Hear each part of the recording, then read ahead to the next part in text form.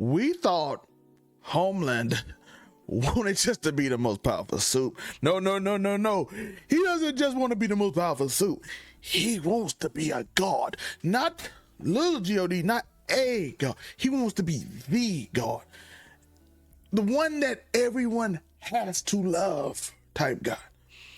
And thanks to this new serum, old serum, that his father can survive anything from and basically can't die, he might actually be able to pull it off. Today we are breaking down The Boys season 5 episode 3. This episode earned its title. Let's get into it.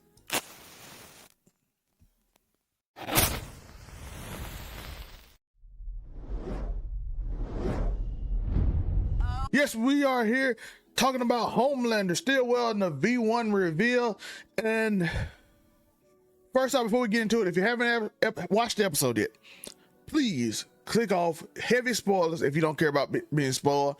But let's get started about the wildest part of the episode, Homelander's mental state. Just when you thought his character couldn't be more insane, his father emasculates him.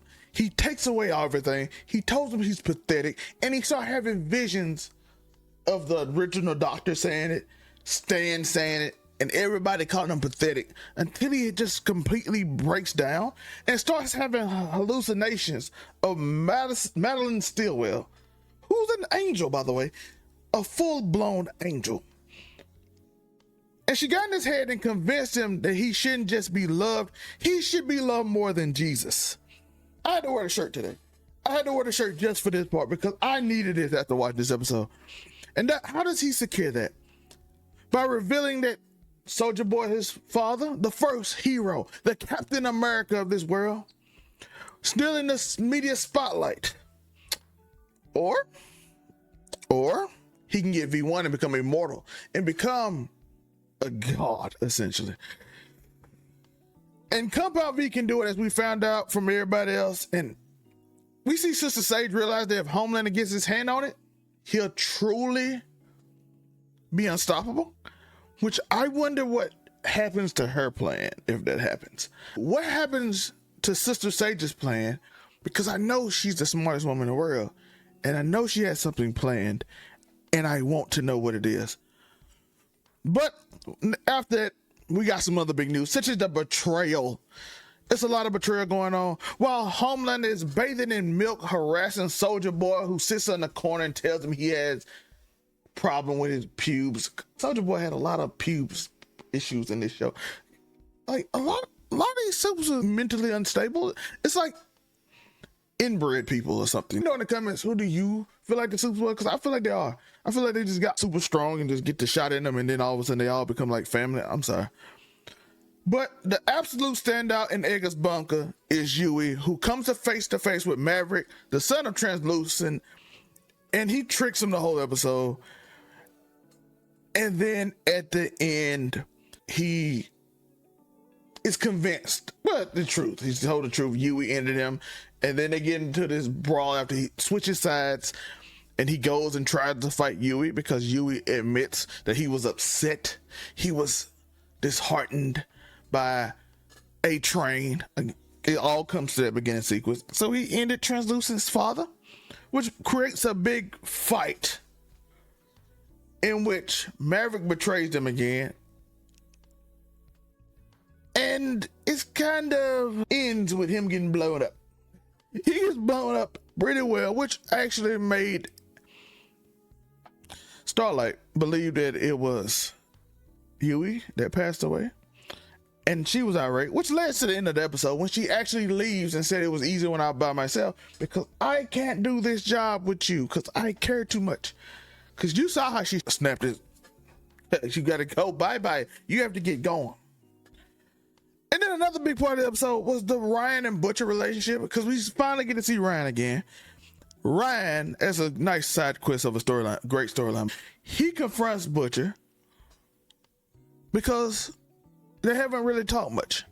And then we see Butcher tell him that he's the hero he needs. He's the only one that can stop Homelander.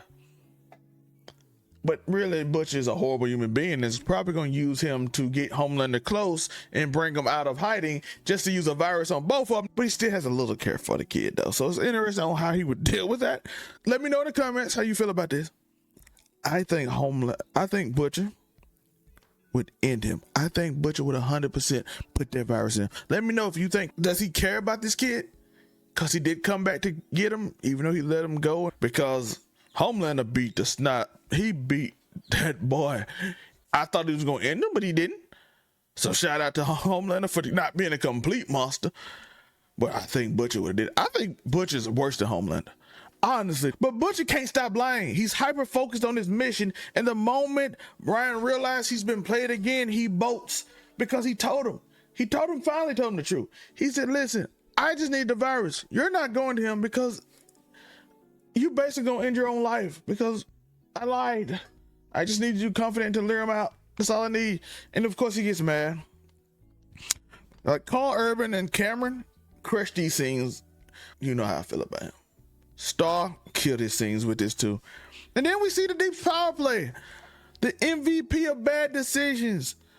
The Deep, while everything's going on, decides that he wants all the glory. He catches Stan Edgar. By the way, Stan was back in this episode because they needed the V1. So of course Stan is important. He's the one who started all of this.